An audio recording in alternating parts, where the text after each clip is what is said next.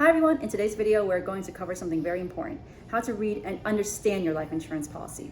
So whether you're purchasing life insurance for the first time or you're reviewing an existing policy, it's important that you understand the different sections so that you can avoid confusion later on.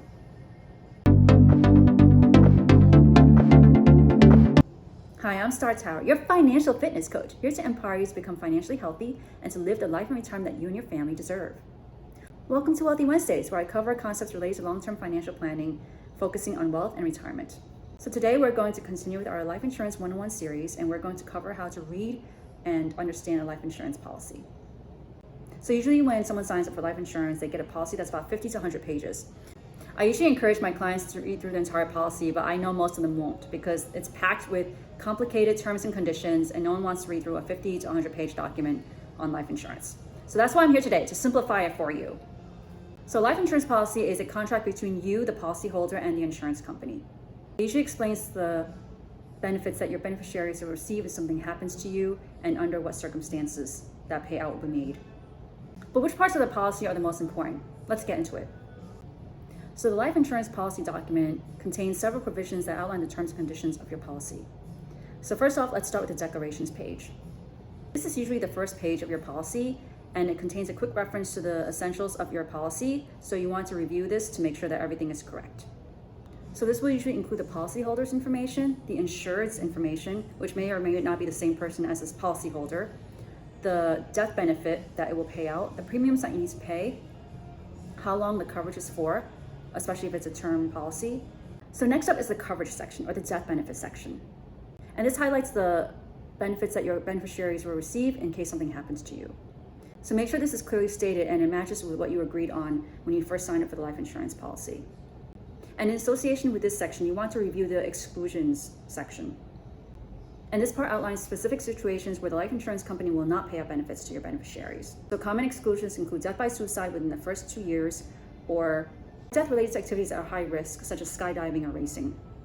So it's important to know these exclusions so you know the limits of your coverage. Now let's talk about the premium section.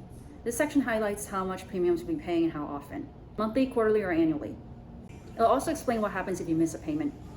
Some policies will include a grace period where you can make up for late payments within a certain time frame, while other policies may cancel your coverage if you have too many missed payments. The Beneficiaries Section provides details of the individual entity that will receive the benefits in case something happens to you. And here you have the option of naming both a primary and contingent beneficiary. The Riders section lists any riders that you decide to add to your life insurance policy. Riders are basically optional add-ons that allow your beneficiaries to receive extra benefits in addition to the death benefit of your life insurance policy under certain circumstances. Riders can include things like the accidental death benefit, where your beneficiaries receive extra benefits if your death was caused by an accident, or even a waiver of premium rider, which waives your premiums in case you become disabled. I did a 2-part video on riders, so please make sure you check those out if you want more detailed information on riders. For those of you who have a whole life insurance policy, you might want to also check out the cash value section. So usually your premium goes towards 3 areas: your benefits, the operations costs of the insurance company, and if there's any money left over after that, the insurance company will invest it in a conservative fund or an equity fund, depending on the type of life insurance that you have. So in time, the cash value grows because it generates interest. So this part of the policy explains how your cash value grows, how you can access it, and whether you can take out any policy loans against it. So tied to the cash value section, the policy loan section describes terms and conditions under which you can borrow a loan against that cash value.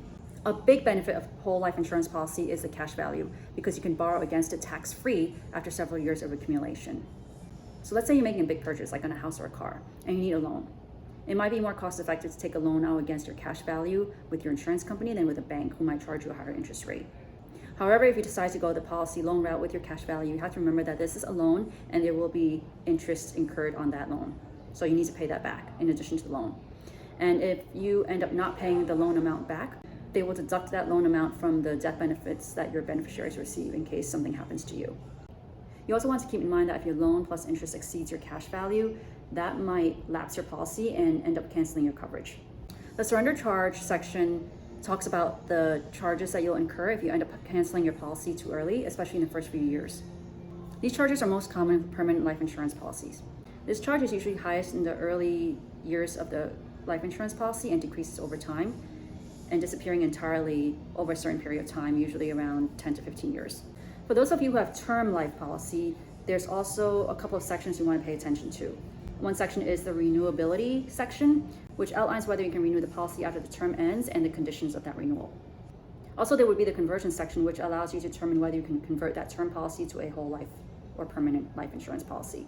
So these provisions form the foundation of any life insurance policy and define the rights and obligations of both the insurer and the policyholder. So now let's talk about some of the clauses of the life insurance policy. These kind of talk about circumstances where the benefits might not be paid out to the beneficiary, as well as some of the rights of the policyholder.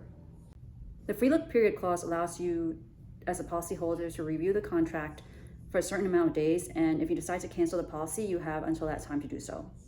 The misstatement of age or gender clause basically states that if the insured's age or gender has been misrepresented, the insurance company has the right to adjust the death benefits based on what the premiums would have paid had the correct age and gender information been provided.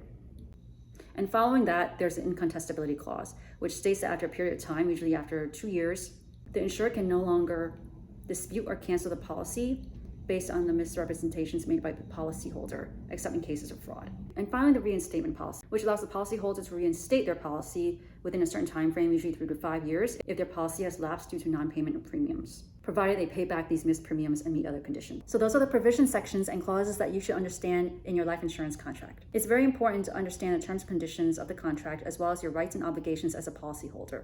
Thank you for watching my video. If you found this video helpful, please give it a thumbs up and subscribe to my channel for future content on financial fitness. And if you think you need further advice on life insurance, please feel free to contact me. My contact information is in the description below. Until then, looking forward to continuing on our financial fitness journey together, and see you in my next video.